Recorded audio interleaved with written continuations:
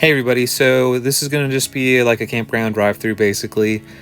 So we stayed at the Fredericksburg, Virginia KOA. It's also called the South Washington DC KOA.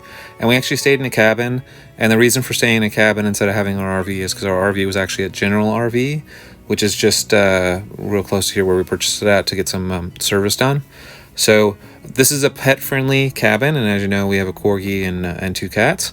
So we stayed in this cabin, and it's a very kind of small, basic cabin. This KOA itself is a holiday KOA.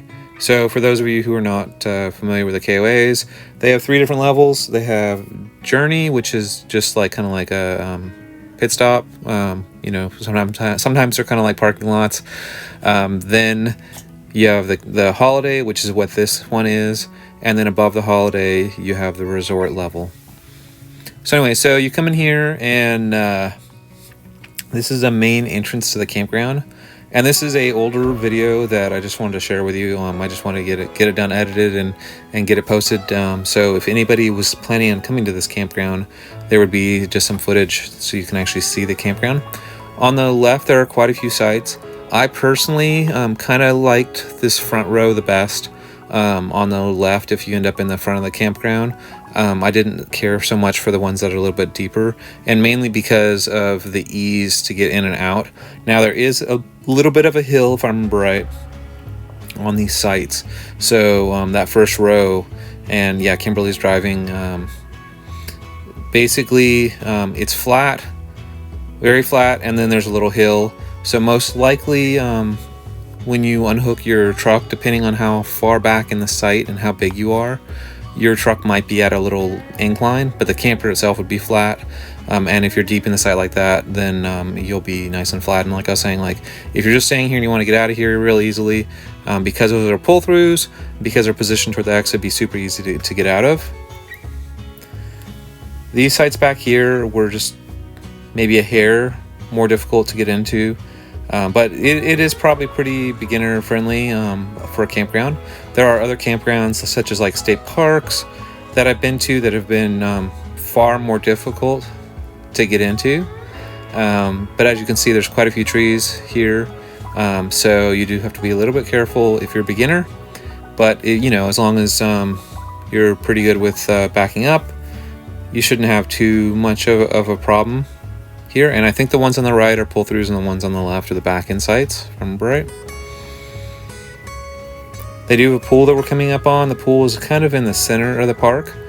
So the right-hand side, up there, that building that you saw was where you check in at, in the gift shop. These are going to be cabins right around us.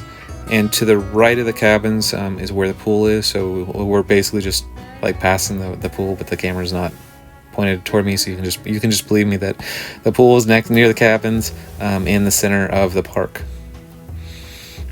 This campground itself is kind of in the middle of nowhere, in my opinion.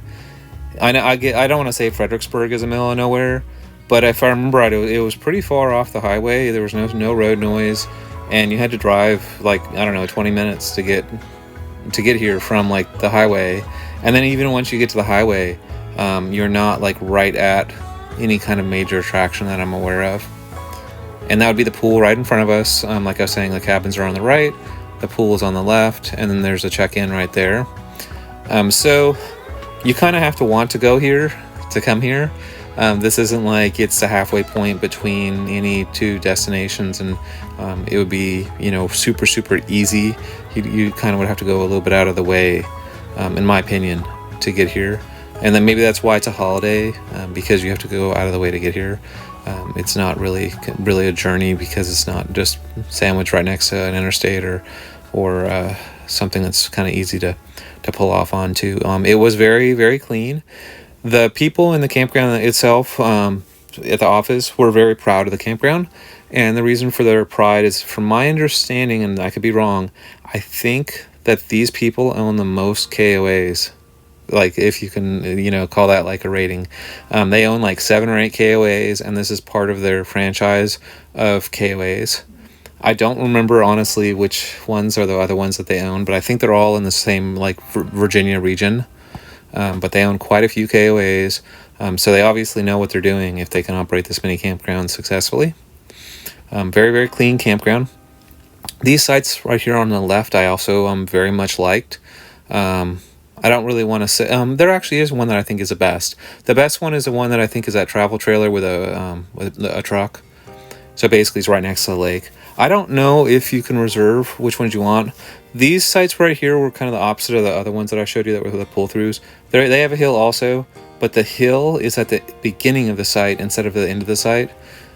So you essentially, if you have like a travel trailer, you'd pull all the way up and then unhook with a truck like in the middle of the road, I guess, and then pull the truck around and park it behind the camper. But here's a little loop, and that site on the left was probably my favorite site in the entire campground. This side right here is probably pretty nice too, but it's right next to the lake, and you can just walk over to the pool. There are length restrictions, obviously, on all these different sites, depending on how big you are. And because this is a KOA, most likely you're not going to be able to pick a specific site. However, I do know some of the KOAs do have like a $20 fee you can pay to actually lock in a site, a specific site. But I do not know if this one has it. The cabin that we stayed in is up here on the right. And yes, that Gladiator looks almost the same as mine that we used to have, except we didn't have a black top. It was color matched. But it was our very first cabin, was the one that you saw the tour of at the beginning of the video, that is a pet friendly one. They probably have some other ones that are pet friendly too, I'm not sure. You can see here on the left there's a little bit of a grade on these sites, so you know, obviously you're not going to be flat unless you level the camper. And you can see what they did in that little tiny travel trailers. They parked all the way at the top of the hill where they thought it would be not quite so steep. But the ones on the right here, they're like, these are pull-throughs. They're very, very kind of flat, assuming you unhook in the front part of the site, you know, unhook in the middle road, I guess. And like I was saying, pull the truck around. So anyway, hopefully this little drive around of the campground helps you guys out. If you plan on coming into this area and you're considering this campground, and you're trying to figure out, well, you know, where do I want to stay? And, you know, some people get really hypersensitive about if they're going to damage their rig, which I would too. You know, if they don't know exactly where all the trees are, and they don't know how easy or difficult it is to get into. So this is not the easiest campground, but it is not the hardest either, by any means. There's quite a few campgrounds I've been in that have been way harder. So anyway, thank you, and please like and subscribe as always.